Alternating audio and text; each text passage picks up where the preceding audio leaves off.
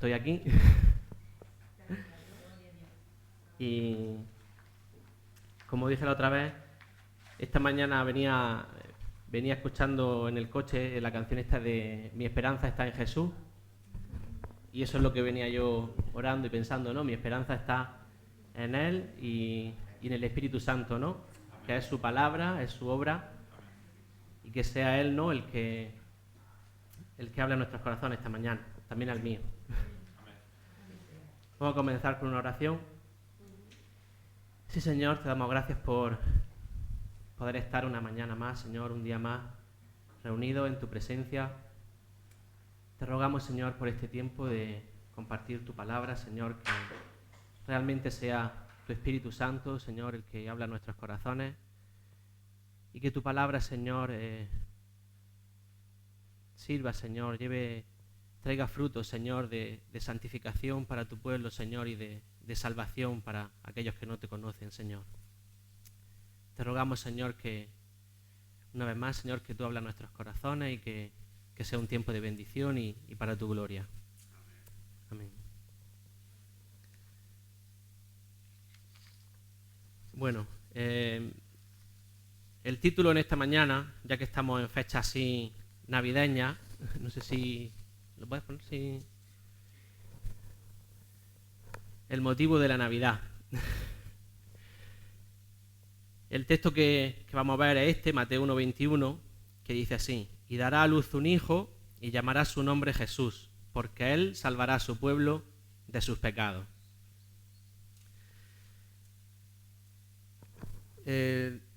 Podéis ir pasando si quieres. Vamos a ver 4 puntos,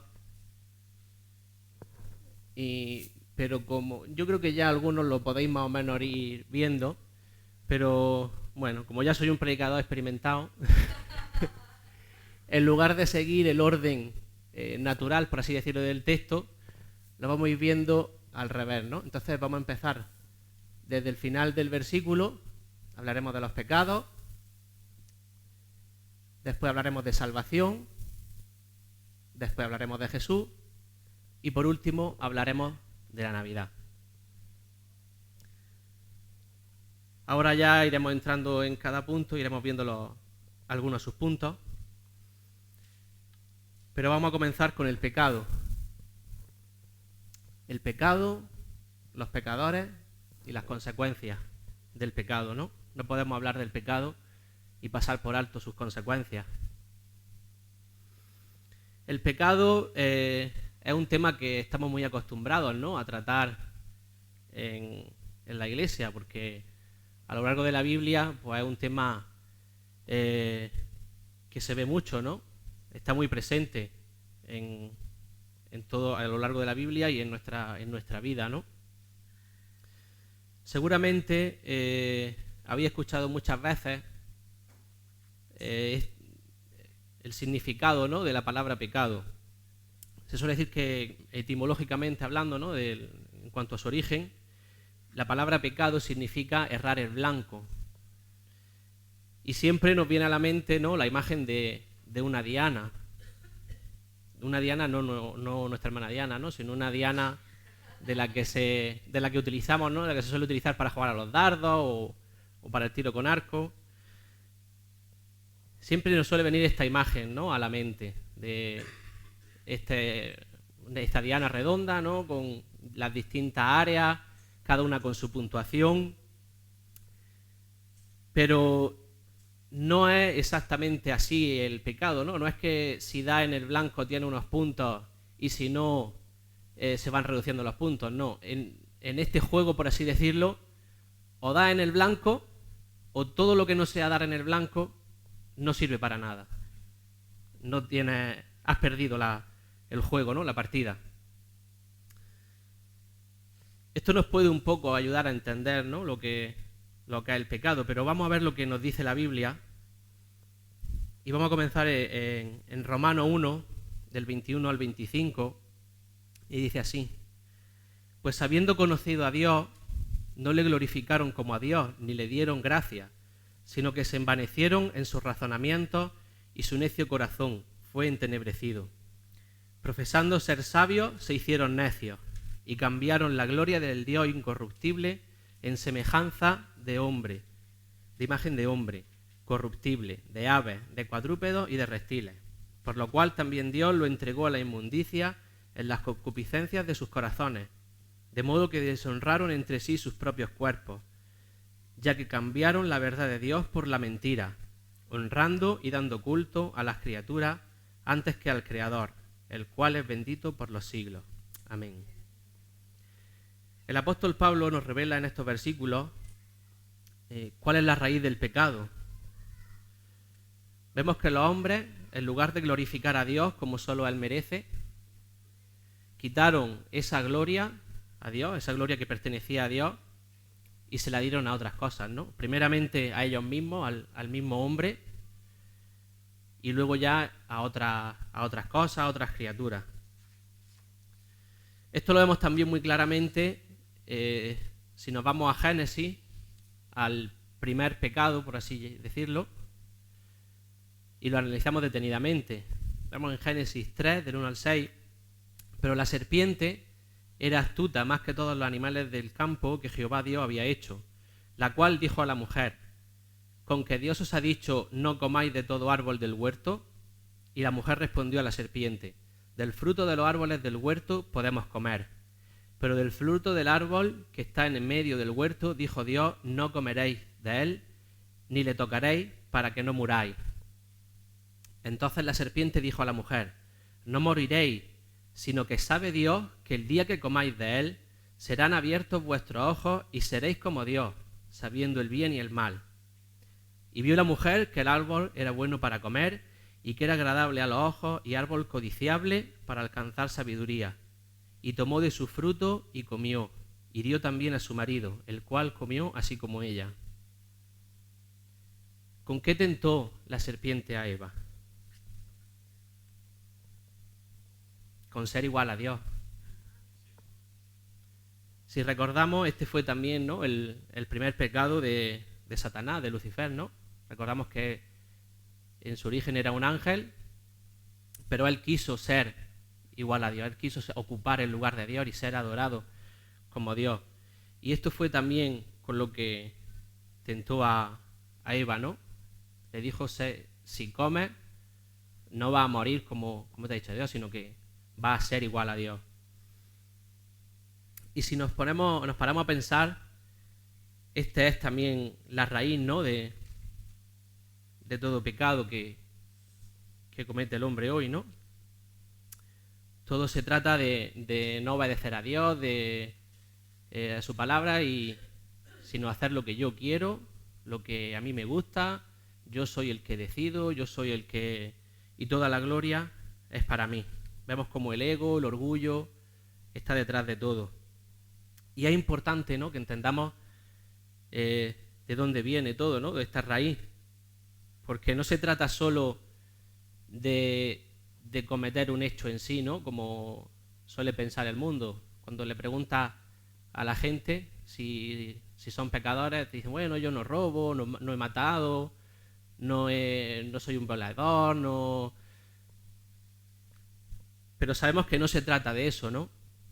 El mismo Jesús nos lo explicó, ¿no?, en Mateo capítulo 5. Por ejemplo, en el versículo 21 y 22 nos dice: oísteis que fue dicho a los antiguos, no matarás, y cualquiera que matare será culpable de juicio. Pero yo os digo que cualquiera que se enoje contra su hermano será culpable de juicio. En los versículos 27 y 28, oísteis que fue dicho, no cometerás adulterio. Pero yo os digo que cualquiera que mira a una mujer para codiciarla, ya adulteró con ella en su corazón. Vemos, por lo tanto, que no se trata de cometer un acto en sí físico, ¿no?, sino que se trata más bien de las intenciones, ¿no?, de nuestros pensamientos, de nuestros deseos. En el texto mismo de Génesis, ¿no?, vemos cómo podríamos decir que cuando entró el pecado en el mundo, cuando entró, no fue cuando Eva comió de la manzana propiamente, ¿no?, sino podemos ver que en el momento en que la serpiente la tentó, ya ella vio que el árbol era codiciable, que ya empezó a desearlo. Ahí fue cuando entró el pecado en el mundo. Y aún después de haber conocido a Dios y de haber sido redimidos, tenemos esta lucha, ¿no? Seguimos luchando con nuestro espíritu, sigue luchando, ¿no? Nuestro espíritu quiere glorificar a Dios, pero nuestra carne quiere glorificarse a sí misma. Y esta es la lucha que tenemos. Y ahora que sabemos qué es el pecado, ¿no? Y cuál es su origen, nos será más fácil aceptar y entender lo que dice la Biblia acerca de los pecadores. Pasamos al segundo subpunto. Y es que todos somos pecadores, ¿verdad? Hay muchos textos, ¿no?, que podemos leer al respecto. En Romanos 3:23, por cuanto todos pecaron y están destituidos de la gloria de Dios. Del día al 12 en Romanos 3 también leemos, como está escrito: no hay justo ni aun uno, no hay quien entienda, no hay quien busque a Dios. Todos se desviaron a una, se hicieron inútiles. No hay quien haga lo bueno, no hay ni siquiera uno. Aquí está citando el Salmo 14 del 1 al 3 y el Salmo 53 del 1 al 3. La Biblia es muy clara al respecto, no deja lugar a dudas, ¿no? Todos somos pecadores. Y aún así alguien podría pensar que los que no conocen a Dios no pueden pecar, ¿no?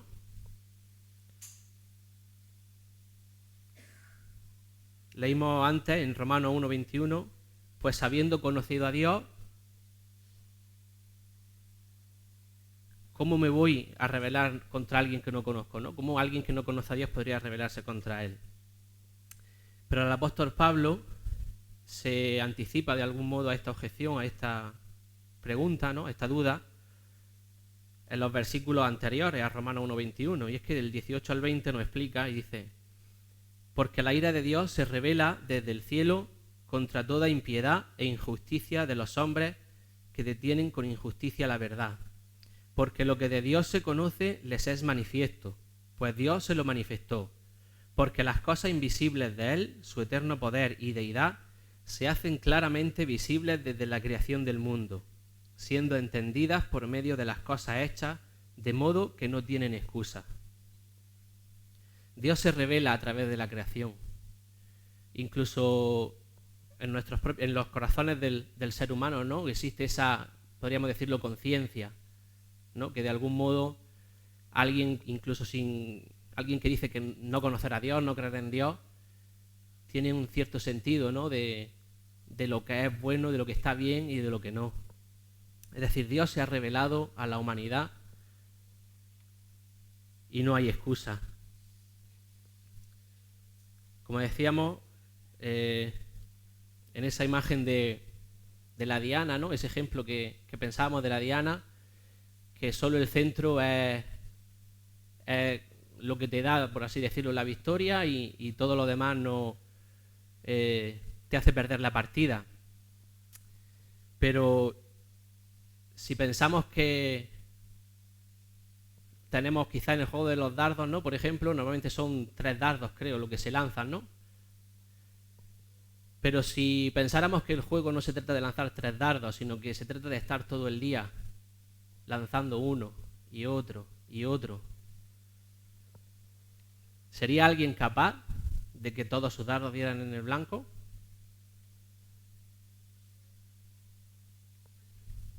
Nosotros desde luego no. El ser humano por sí mismo no. Pero más adelante veremos que alguien sí fue capaz. Y como hemos dicho antes, no podemos hablar del pecado sin hablar de sus consecuencias, porque el pecado tiene consecuencias. Normalmente cuando algo es generalizado, tendemos a quitarle importancia y no nos preocupa tanto, ¿no? Por ejemplo, los niños, ¿no?, cuando es lo típico de cuando suspenden, ¿no?, un examen o algo, la típica excusa de no, es que era muy difícil, es que ha suspendido casi toda la clase, como, bueno, no es que yo no haya estudiado, no es que yo haya pasado el tema, no, es que no es culpa mía. Es que, bueno, ha sido toda la clase, entonces como que no tiene tanta importancia, ¿no? O por ejemplo podemos pensar, ¿no? Si en nuestra calle, si pensamos por ejemplo en la fachada de nuestra casa, que está sucia, está deteriorada, pero si toda la calle está igual, pues como que no se nota tanto, ¿no? Como que... Pero si toda la calle estuviese limpia y estuviese arreglada y solo la fachada de nuestra casa fuese la que estuviera sucia, y ahí ya sí se notaría, ¿verdad? Ya sí diríamos, uy, esto hay que arreglarlo, ¿no? Pues con el pecado nos pasa lo mismo. Como es algo que afecta a toda la humanidad y que todos estamos expuestos, ¿no?, a ello, pues como que a veces no le damos, ¿no?, la importancia que tiene. Pero deberíamos, ¿no?, darle importancia, porque aquí hay mucho en juego, ¿no? Hay mucho más en juego que la imagen, ¿no? O que el aprobar, o incluso que el qué dirán. Las consecuencias del pecado son mucho más graves que todo eso. Y hay también muchos textos, ¿no?, que nos hablan de las consecuencias del pecado. Antes, en el mismo Génesis, ¿no?, ya leímos que Dios le dijo que no comerían del árbol y ni lo tocarían para que no muriesen. En Romanos 6:23 leemos: porque la paga del pecado es muerte, mas la dádiva de Dios es vida eterna en Cristo Jesús, Señor nuestro. Como he dicho, podríamos leer muchos textos, ¿no?, pero todos nos van a llevar a lo mismo. La paga del pecado es muerte. Y esta muerte tiene, podríamos decir, dos vertientes, ¿no? Una vertiente física, que es la muerte propiamente dicha, lo que todos entendemos por muerte, y una muerte espiritual. En cuanto a la física, más allá de la propia muerte, ¿no?, como hemos dicho, vemos que en Génesis 2:15 dice: tomó pues Jehová Dios al hombre y lo puso en el huerto del Edén para que lo guardara y lo labrase. Y si seguimos leyendo, eso fue lo que puso Dios. Dios puso al hombre en un principio en el huerto para que lo labrara y lo guardase, es decir, para que trabajase. Pero más adelante, después del pecado, en Génesis 3:17 al 19, le dice: y al hombre le dijo: por cuanto desobedeciste a la voz de tu mujer y comiste del árbol de que te mandé diciendo no comerás de él, maldita será la tierra por tu causa, con dolor comerás de ella todos los días de tu vida, espinos y cardos te producirá y comerás plantas del campo. Es decir, que el esforzarse, ¿no?, para el trabajo, el cansancio, es una consecuencia del pecado. El envejecimiento, las enfermedades, el deterioro físico del cuerpo, son consecuencias del pecado.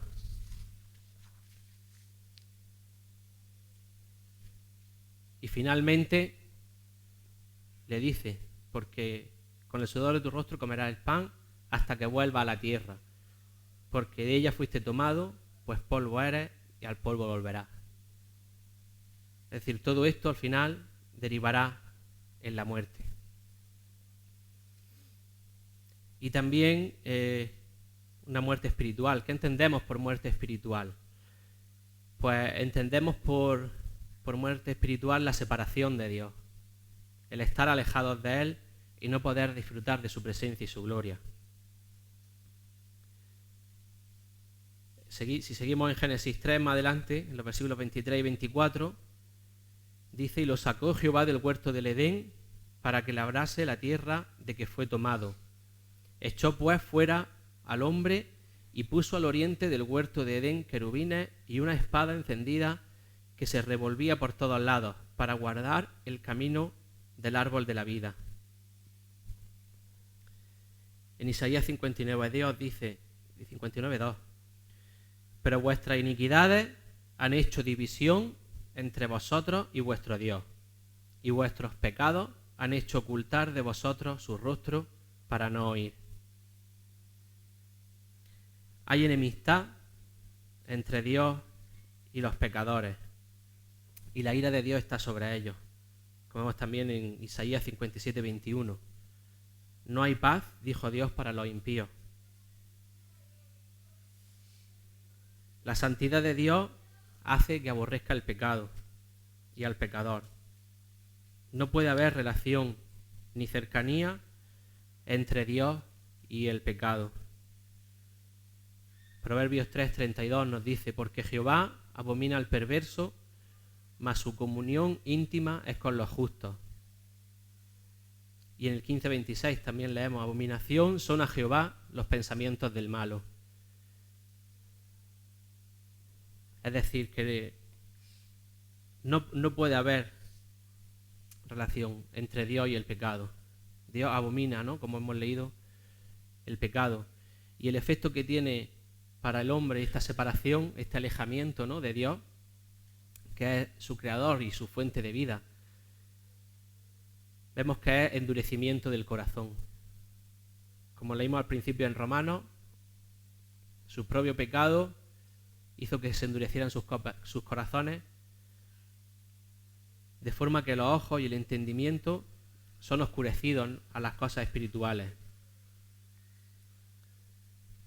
1 Corintios 2:14 nos dice: pero el hombre natural no percibe las cosas que son del Espíritu de Dios, porque para él son locura, y no las puede entender, porque se han de discernir espiritualmente. Y en 2 Corintios 4, el 3 al 4, pero si nuestro evangelio está aún encubierto, entre los que se pierden está encubierto, en los cuales el Dios de este siglo cegó el entendimiento de los incrédulos, para que no les resplandezca la luz del evangelio de la gloria de Cristo, el cual es la imagen de Dios.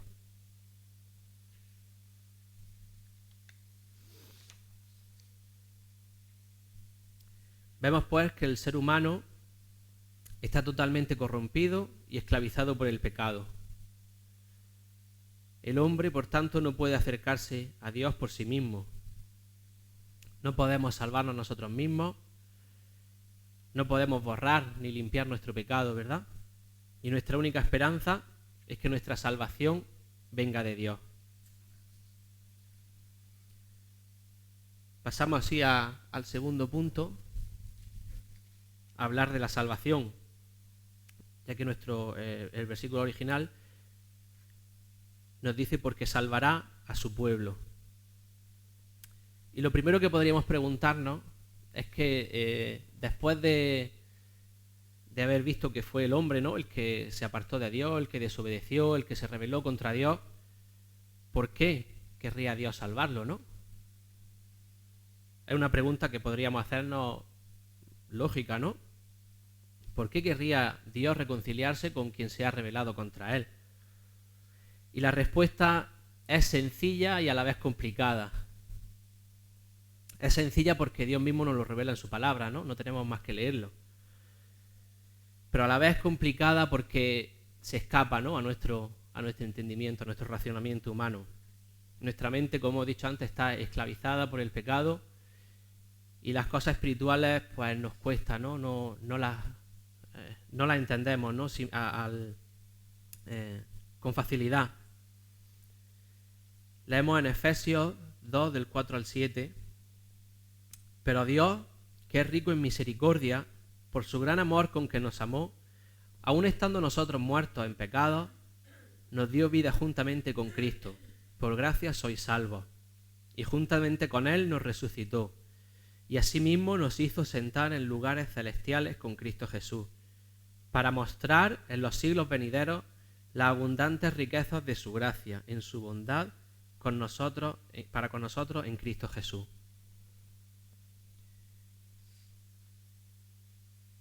Vemos, por tanto, que la salvación, como nos dice aquí, es por gracia, ¿no?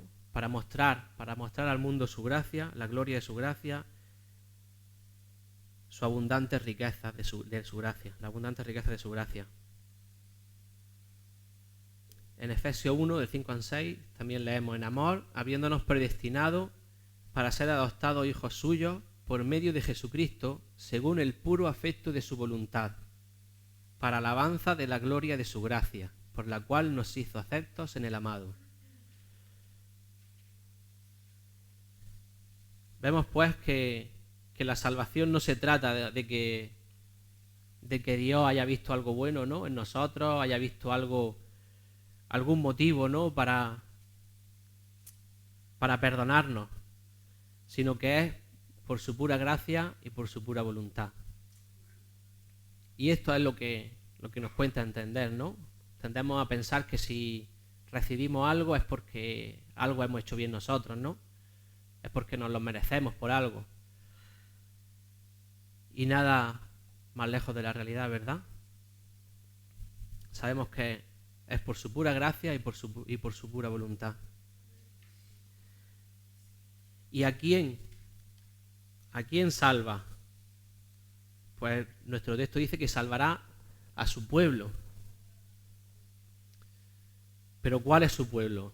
¿Quién forma parte de su pueblo? Lo lógico, lo primero que nos viene a la mente, ¿no?, es que el pueblo de Dios es la nación de Israel, ¿no? Porque cuando hablamos de pueblo, pues pensamos en términos humanos, en términos geopolíticos, ¿no? Y lo primero que nos viene a la mente es pues la nación de Israel o los judíos, ¿no?, los que profesan el judaísmo. Pero ya hemos visto muchas veces, ¿no?, a través de predicaciones, Will ya nos ha explicado muchas veces en predicaciones, en estudios, que no se trata de algo físico, ¿no? No se trata de un pueblo político, ¿no?, como solemos entenderlo. Y simplemente como ejemplo podemos citar Génesis 22, 18, que dice: en tu simiente serán bendecidas todas las naciones de la tierra, porque tú has obedecido mi voz. Está hablando a Abraham, ¿no? Dios le está hablando a Abraham.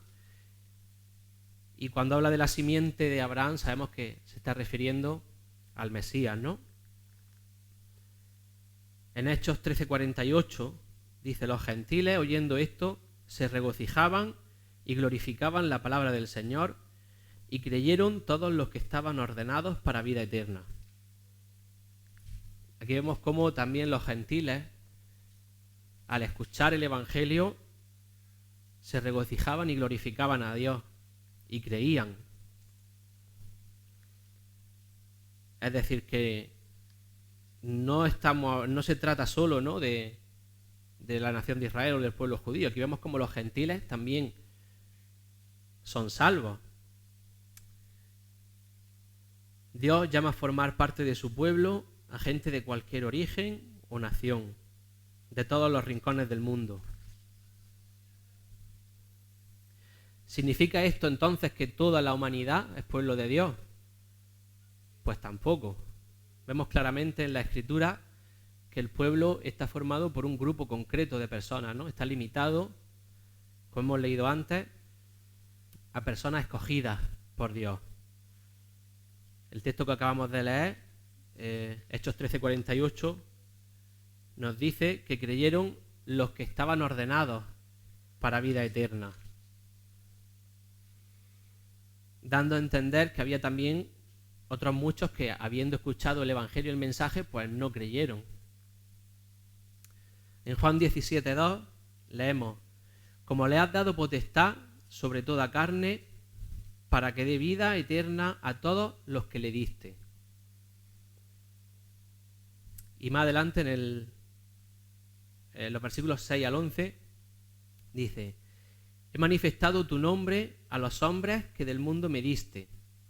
Tuyos eran y me los diste y han guardado tu palabra. Ahora han conocido que todas las cosas que me has dado proceden de ti, porque las palabras que me diste les he dado y ellos las recibieron.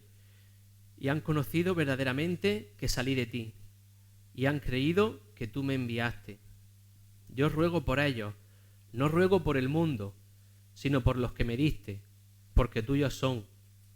Y todo lo mío es tuyo y lo tuyo mío, y he sido glorificado en ellos. Y ya no estoy en el mundo, mas estos están en el mundo, y yo voy a ti. Padre Santo, a los que me has dado, guárdalo en tu nombre para que sean uno, así como nosotros.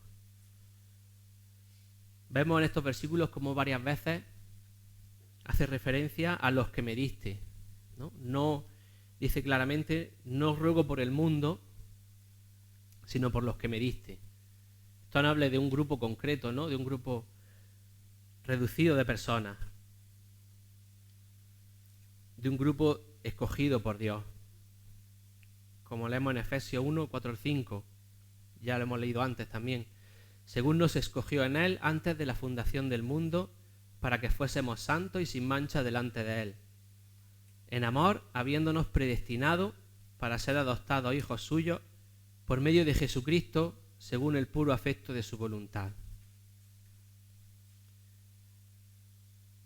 Elegidos, predestinados desde antes de la fundación del mundo. Y yo me pregunto, antes de la fundación del mundo, ¿pudimos hacer algo para que Dios nos eligiese?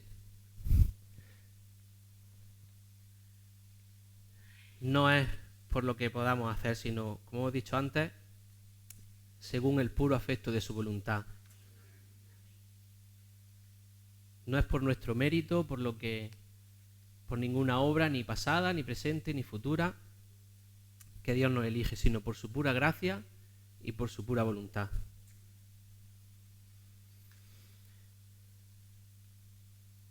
¿Y cómo? ¿Cómo salva Dios a su pueblo? Pues lo primero que tenemos que entender es que Dios, además de, siempre se suele hablar, ¿no?, de su bondad, de su misericordia, pero también tenemos que entender que Dios es justo y que no hay lugar para la injusticia en Él. Como vemos en Salmo 11:7, Jehová es justo y ama la justicia. O en Job 34:12, si por cierto Dios no hará injusticia, y el Omnipotente no pervertirá el derecho. Un Dios justo debe, por tanto, cumplir sus decretos. Y como ya hemos dicho antes, Dios decretó que la paga del pecado es muerte. Y la muerte es indispensable, imprescindible, para que haya redención. Hebreos 9:22 nos lo dice, sin derramamiento de sangre no se hace remisión, hablando del pecado.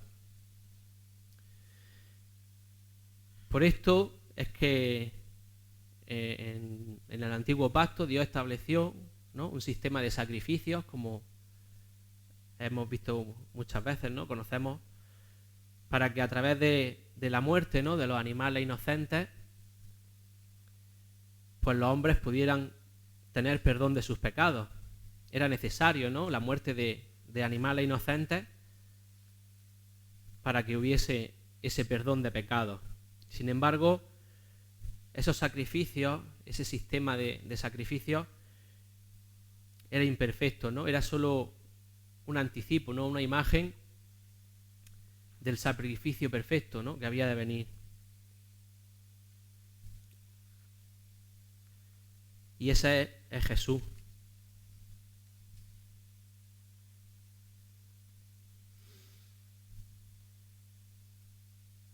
Llamará su nombre Jesús, porque Él salvará a su pueblo de sus pecados. Jesús es el que nos salva. El nombre Jesús, como nos compartió Paco en su devocional el lunes, si no recuerdo mal, proviene de la forma griega, es la forma griega del hebreo Yoshua, que se traduce como salvación o salvador o el Señor salva.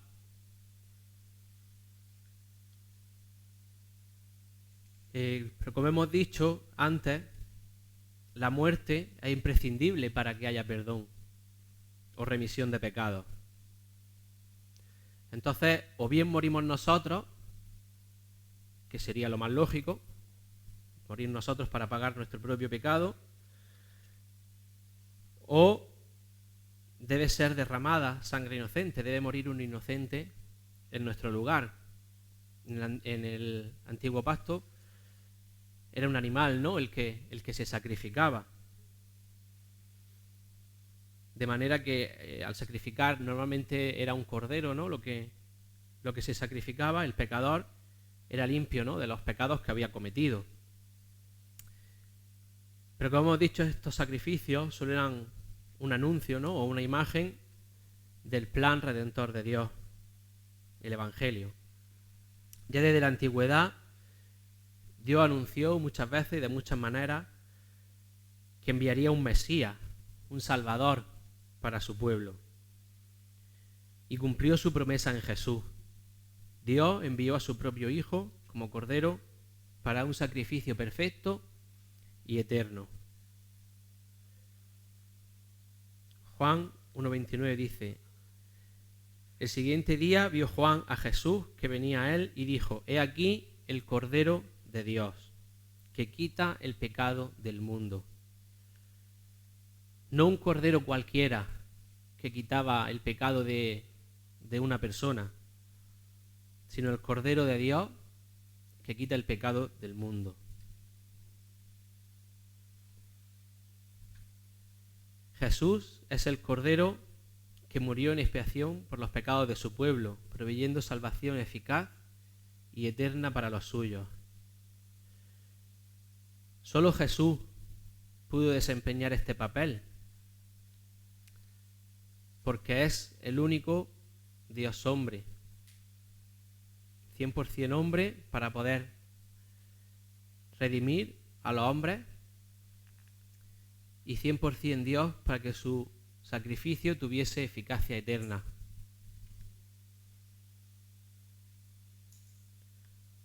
Leemos en Filipenses 2, 5, 7, 6, 7, el cual, ahora está hablando de Jesús, ¿no? Dice: el cual, siendo en forma de Dios, no estimó el ser igual a Dios como cosa que aferrarse, sino que se despojó a sí mismo, tomando forma de siervo, hecho semejante a los hombres. Y además, como hombre, Jesús fue, es y será el único en toda la historia de la humanidad totalmente limpio de pecado. Como hemos dicho antes, nadie sería capaz, ¿no?, de estar continuamente lanzando dardos y no fallar ni uno. Pero Jesús sí. Jesús es el único en la historia que ha podido hacer eso. Leemos en 2 Corintios 5:21. Al que no conoció pecado, por nosotros lo hizo pecado, para que nosotros fuésemos hechos justicia de Dios en él. Su vida perfecta en cuanto a la ley es importante para la salvación del pecador, porque los méritos de su vida son imputados a la nuestra, fueron contados a nuestro favor. De forma que ahora ya no necesitamos de más sacrificios, sino que solo necesitamos poner nuestra fe en el Salvador, en Cristo el Mesías. Romanos 5:1: justificados pues por la fe, tenemos paz para con Dios por medio de nuestro Señor Jesucristo. Y también, como leemos en Efesios 2, 8 al 9, porque por gracia sois salvos por medio de la fe, y esto no de vosotros, pues es don de Dios, no por obras para que nadie se gloríe. La sangre derramada por Cristo es la que provee salvación, no nuestras buenas obras o nuestra supuesta bondad o lo que podamos obedecer la ley, ¿no? Si somos salvos es porque Jesús murió en nuestro lugar. El que no había cometido pecado pagó, dio su vida en nuestro lugar para pagar por nuestro pecado. Y a través de la fe aplicamos su sangre a nosotros. Pero como hemos leído, ¿no?, ni siquiera en esto podemos gloriarnos, ¿no?, porque la fe también la recibimos de Dios. Es como un niño, ¿no?, que quiere comprar algo, quiere comprarse una chuchería o algo, pero no tiene dinero. Y le pide, ¿no?, a sus padres: va, dame 1 euro. y el padre le da el euro y va y compra la chuchería. Entonces, ¿quién ha comprado la chuchería? ¿El niño o el padre? Pues es algo parecido, ¿no? Si nosotros podemos ejercer esa fe es porque antes la hemos recibido de Dios.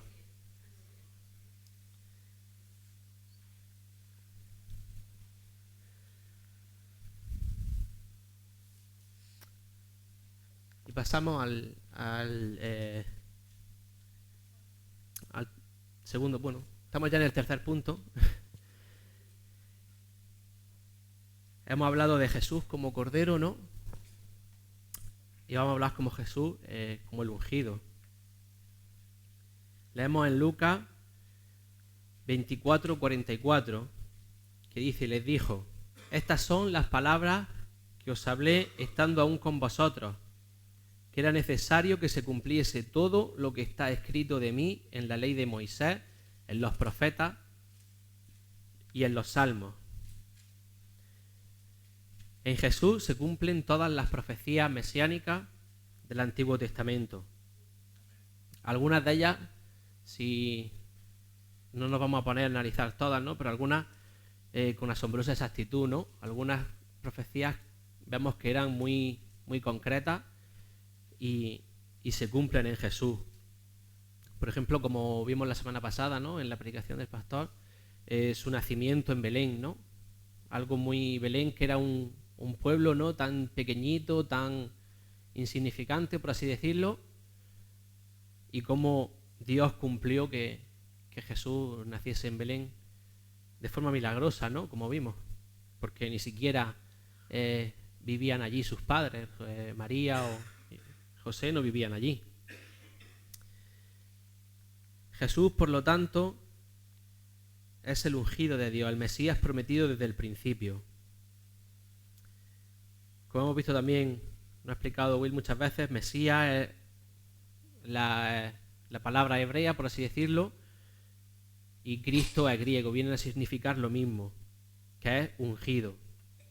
Y un ungido es alguien que es apartado, ¿no? Para una tarea o una función especial y concreta. En el Antiguo Testamento vemos que eran ungidos los reyes, los profetas y los sumos sacerdotes. Jesús vino a este mundo como ungido de Dios con un propósito muy concreto, que era salvar a su pueblo de sus pecados, como hemos visto, muriendo por ellos. Él mismo lo declara en varias ocasiones. Marcos 10:45. Jesús mismo está diciendo, porque el Hijo del Hombre no vino para ser servido, sino para servir y para dar su vida en rescate por muchos. Aquí una vez más vemos como no dice por todos, dice por muchos. Marcos 8:31. Y comenzó a enseñarles que era necesario al Hijo del Hombre padecer mucho y ser desechado por los ancianos, por los principales sacerdotes y por los escribas, y ser muerto y resucitar después de 3 días. Y en Juan 12:27, Jesús mismo también dice, ahora está turbada mi alma, ¿y qué diré? Padre, sálvame de esta hora, mas para esto he llegado a esta hora.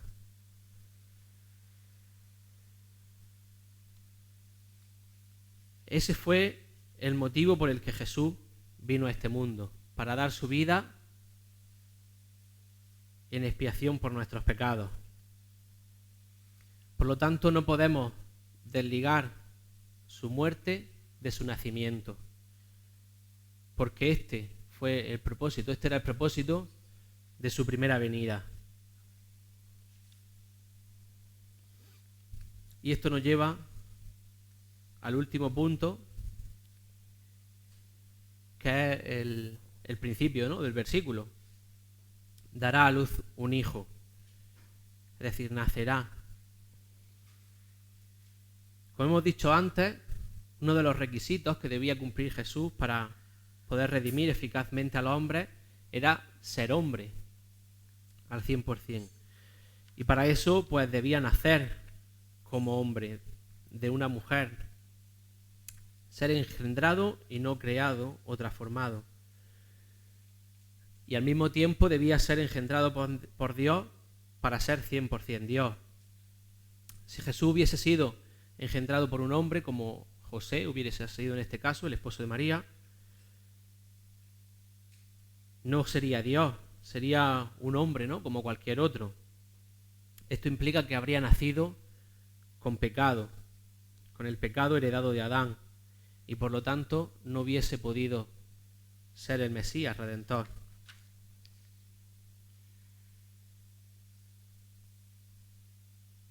En Isaías 7:14 dice: por tanto, el Señor mismo os dará señal. He aquí que la Virgen concebirá y dará a luz un hijo y llamará su nombre Emmanuel. De todas las profecías que Jesús cumplió con su nacimiento, esta es sin duda la más conocida, ¿no? El nacer de una virgen. Los apóstoles a lo largo del Nuevo Testamento apelaron a dos áreas de la vida de Jesús para defender su mesiazgo, para defender que era el Mesías prometido. Una fue su resurrección y la otra las profecías mesiánicas cumplidas en él.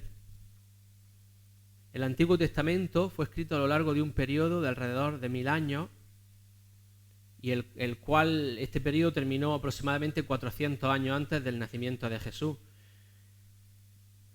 Y el Antiguo Testamento contiene más de 300 referencias a la llegada del Mesías y todas fueron cumplidas por Jesucristo. Por ejemplo, algunas, como hemos dicho, que nació en Belén, la cual en el Antiguo Testamento encontramos en Miqueas 5:2. Pero tú, Belén Efrata, pequeña para estar entre las familias de Judá, de ti me saldrá el que será Señor de Israel, y sus salidas son desde el principio, desde los días de la eternidad. Otras profecías que podemos encontrar, por ejemplo, es que le trajeron regalos, ¿no? Vemos que los magos le trajeron regalos. En Isaías 66 dice: traerán oro e incienso y publicarán alabanza de Jehová. Otras profecías también, por ejemplo, Jesús en Egipto. Vemos, si recordamos, Jesús tuvieron, María, José y el niño tuvieron que huir a Egipto, ¿no? Por causa de Herodes, que se había propuesto matarlo. Y leemos en Oseas 11:1 que dice: cuando Israel era muchacho, yo lo amé y de Egipto llamé a mi hijo. Y el evangelista, ¿no? Mateo, en Mateo 2:15 nos confirma, ¿no?, que esta profecía se cumple en Jesús.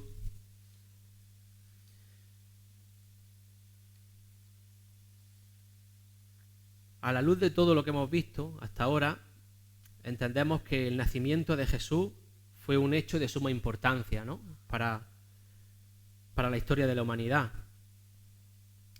Hasta tal punto, por ejemplo, que incluso las fechas, ¿no?, el calendario que tenemos tiene como referencia el nacimiento de Jesús.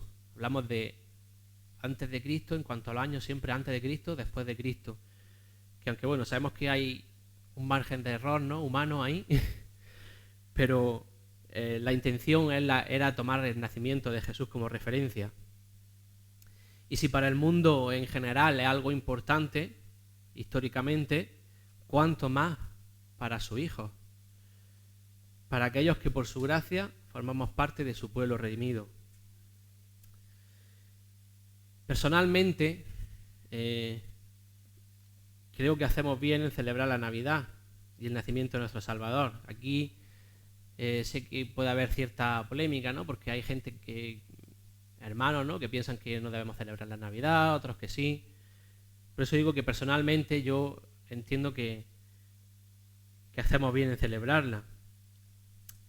Y bueno, celebrarlo no es como ha explicado Will muchas veces, es un asunto secundario, ¿no? Es algo que no vamos ni a ganar nuestra salvación ni a perderla si celebramos o no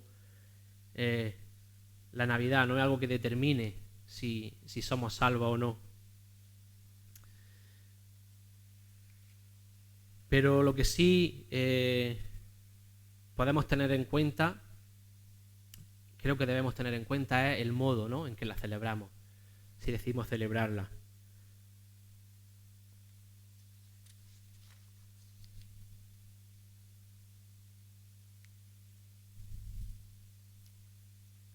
Leemos en Romanos 14, del 1 al 8, que dice: recibid al débil en la fe, pero no para contender sobre opiniones, porque uno cree que se ha de comer de todo, otro, que es débil, come legumbres. El que come no menosprecie al que no come, y el que no come no juzgue al que come, porque Dios le ha recibido. ¿Tú quién eres que juzgas al criado ajeno? Para su propio Señor está en pie o cae, pero estará firme, porque poderoso es el Señor para hacerle estar firme.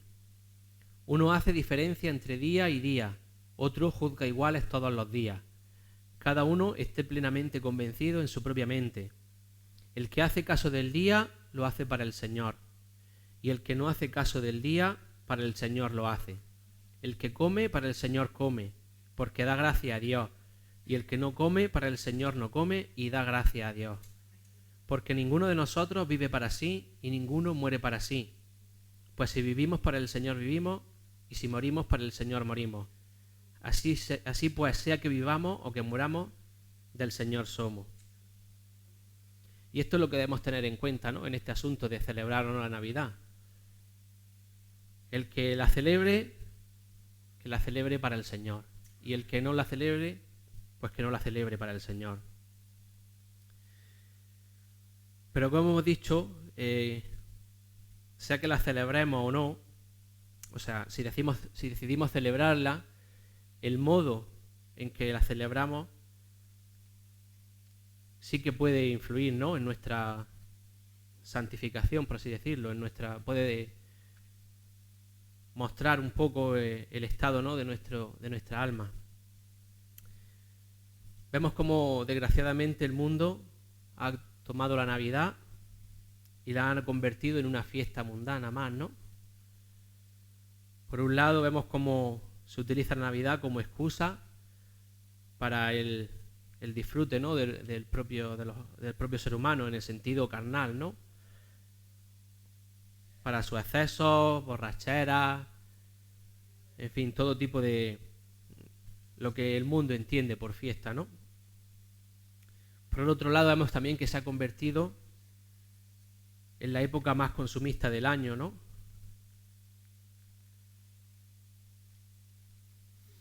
Todo se trata de tener más, de como hemos dicho antes, ¿no?, de satisfacernos a nosotros mismos.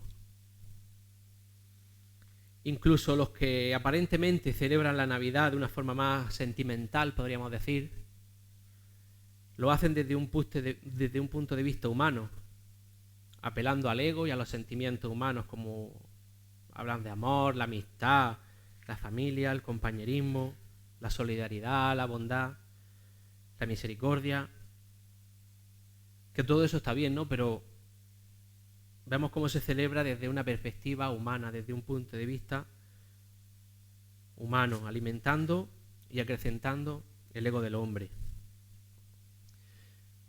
El mundo ha exiliado a Jesús de la Navidad. Se han olvidado por completo de que Él es el motivo de la Navidad. Incluso vemos como ya ni siquiera quieren llamarla así, incluso de los políticos ya nos dicen que no lo llamemos Navidad, ¿no?, que mejor festival de invierno, cosas así, ¿no?, para no hacer ningún tipo de referencia a Jesús. Precisamente esta mañana veía que nos puede servir como ejemplo. Era alguien que ha compartido en Twitter dos titulares, por así decirlo, dos artículos de un mismo periódico, un periódico bastante importante, ¿no?, a nivel nacional. Solo no he visto los artículos enteros porque solo han compartido una imagen de las dos cabeceras, por así decirlo, ¿no?, de lo que es el titular y la cabecera que suelen poner siempre debajo, ¿no? Explicando un poco, resumiendo un poco de qué va el artículo. Una de ellas decía el mito de la Navidad o algo así, o la leyenda de la Navidad, ¿no? Y hablaba de que pues de que todo era una leyenda, ¿no? Un mito, por así decirlo, de que Jesús no nació en estas fechas, que bueno, eso podemos más o menos aceptarlo, de que Jesús no nació en Belén, que no nació en un pesebre, que no se sabe nada de su infancia hasta los 30 años, que lo único que se sabe es que estuvo casado con la Magdalena, cosas así, ¿no? Y el mismo periódico publica otro artículo diciendo que hay pruebas, es que me hace gracia, pero es triste que lleguemos a leer estas cosas, de que hay pruebas de que todos los renos de Papá Noel eran hembras. Es decir, dando como alguna credibilidad científica, ¿no? A que pues a todo lo que el tema de Papá Noel, de que y hablando de que pese a la leyenda de que eran 9 renos, 4 o 5 machos y 4 hembras o algo así, de que hay pruebas de que todos eran hembras. Y te queda un poco como diciendo a lo que hemos llegado, ¿no? Ahí vemos el ejemplo, ¿no? de que el mundo ha quitado, ¿no? Ha exiliado, ha echado a Jesús de la Navidad.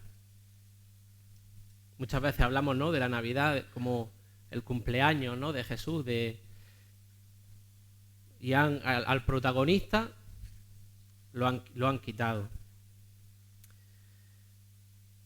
Y corremos el peligro, ¿no? Porque, como hemos dicho antes, el pecado no se trata solo de hechos, ¿no? De cometer un acto concreto, sino que detrás están nuestros pensamientos, están nuestros deseos, y es fácil, ¿no? Dejarse arrastrar, porque, claro, si hablamos, por ejemplo, ¿no? El ejemplo más exagerado, ¿no? Que solemos poner, matar a alguien. Nadie va por ahí, o sea, normalmente una persona normal no va por ahí matando a la gente, ¿no? Al que se encuentra por la calle. Pero si tenemos en cuenta lo que nos dijo Jesús, que el que odia a su prójimo, a su hermano, ya es culpable, ¿no? de juicio. Por lo tanto, corremos, ¿no? el peligro de dejarnos, ¿no? arrastrar por esta fiesta, por esos sentimientos, ¿no? Sí, pues esos sentimientos, podemos decir, de bondad, de amistad, de amor,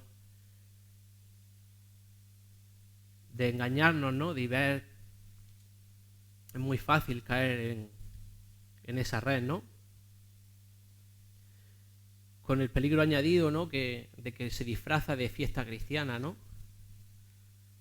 Pensamos que la Navidad la seguimos viendo, ¿no? como una fiesta cristiana, tal y como el mundo la celebra, pero si nos paramos, ¿no? a analizar y a, como hemos dicho, desde el punto de vista del pecado, que entiendo que es el pecado, pues nos damos cuenta de que se ha convertido en algo totalmente mundano. Se dice mucho también en estas fechas, se habla mucho de esperanza, ¿no? De esperanza para la humanidad, de esperanza de un futuro mejor. Pero es una esperanza vana, porque es una esperanza puesta en los hombres, en el propio hombre. Vemos muchas veces, ¿no? en las típicas películas navideñas que, si queréis, en cuestión de un minuto os puedo hacer un spoiler del 99% de las películas navideñas, ¿no? Siempre hay una parte buena, por así decirlo, una parte mala, una parte buena que le gusta la Navidad y que está con todo ese sentimiento de la parte mala que la Navidad no es, que no se deja llevar por eso. tienen ahí sus diferencias y al final la parte mala se deja, ¿no?, arrastrar por ese sentimiento de la Navidad, de bondad, etcétera, y todos celebran juntos la Navidad. Ya está. Ese es el 99% de las películas que podemos ver hoy en Navidad, ¿no? Vemos cómo se apela, ¿no?, a esos buenos sentimientos, a que hay esperanza en la humanidad, pero sabemos bien que no es cierto, ¿no? Como hemos visto antes, la humanidad por sí misma, el hombre por sí mismo, no puede redimir de su pecado. Y está bien, ¿no?, celebrar el amor, pero el amor de Dios, que es santo y puro, no el amor corrompido de los hombres. Y lo mismo pasa, ¿no?, con la bondad, la misericordia. Sí es cierto que podemos a veces encontrar algo de bondad o de misericordia en los hombres, pero incluso la mayoría de las veces, por no decir todas, se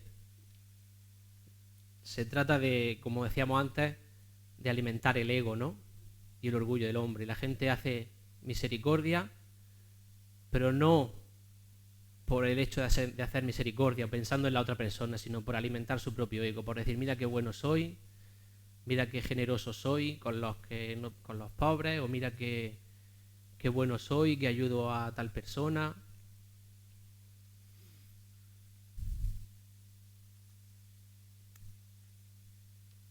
Celebremos, pues, nuestra esperanza en Cristo.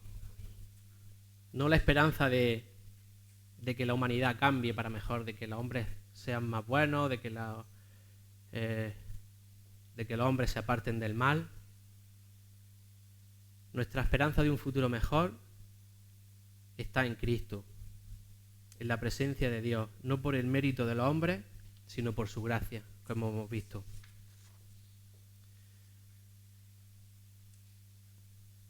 Para terminar, si repasamos un poco lo que hemos visto, nuestro texto para hoy, que dice, y dará a luz un hijo y llamará su nombre Jesús, porque él salvará a su pueblo de sus pecados. Hemos visto que el pecado no se trata solo de hechos concretos, sino que su raíz está más allá, está dentro de nosotros, y es ese deseo, ¿no?, de quitarle la gloria a Dios y de dárnosla a nosotros mismos. Por eso nos rebelamos contra Él. Hemos visto que todos somos pecadores, nadie está exento, ¿no? Precisamente por eso, porque alguien podría decir, bueno, yo no he matado, no, incluso quizá alguien sería capaz de ni siquiera decir una mentira a lo largo de su vida, pero el corazón está corrompido desde Adán, ¿no? El corazón del hombre está corrompido y nadie puede decir que no tiene pecado. Y hemos visto las consecuencias, ¿no?, del pecado, ya desde Génesis, incluso antes de que el hombre pecara, Dios ya le advirtió, no toques, no comas ni toques de este árbol para que no muráis. Las consecuencias del pecado es la muerte, tanto física como espiritual, el estar alejados de Dios, nuestro Creador y nuestra fuente de vida. Y como el hombre no puede salvarse a sí mismo, nuestra salvación solo puede venir de Dios. ¿Por qué? Pues por su gracia, por su soberana gracia, por su voluntad. No podemos dar otra explicación a la salvación. Hemos visto que Dios salva, Jesús vino para salvar a su pueblo, un pueblo escogido por Dios desde antes de la fundación del mundo. Y que, como hemos dicho, pues tuvo, ¿no?, que haber ese sacrificio. Jesús vino con ese propósito, con el propósito de pagar nuestra deuda, de redimirnos de nuestro pecado, muriendo en la cruz. Vino como cordero para morir, para pagar por nuestro pecado, y vino como ungido por Dios, ¿no? Apartado para ese propósito desde el principio. No es que Jesús vino y estando aquí decidió morir, no. Él vino ya con ese propósito desde el principio. Y vemos, por tanto, que la Navidad es necesaria. Fue necesario que Jesús naciera para poder cumplir con ese propósito, que naciera como hombre.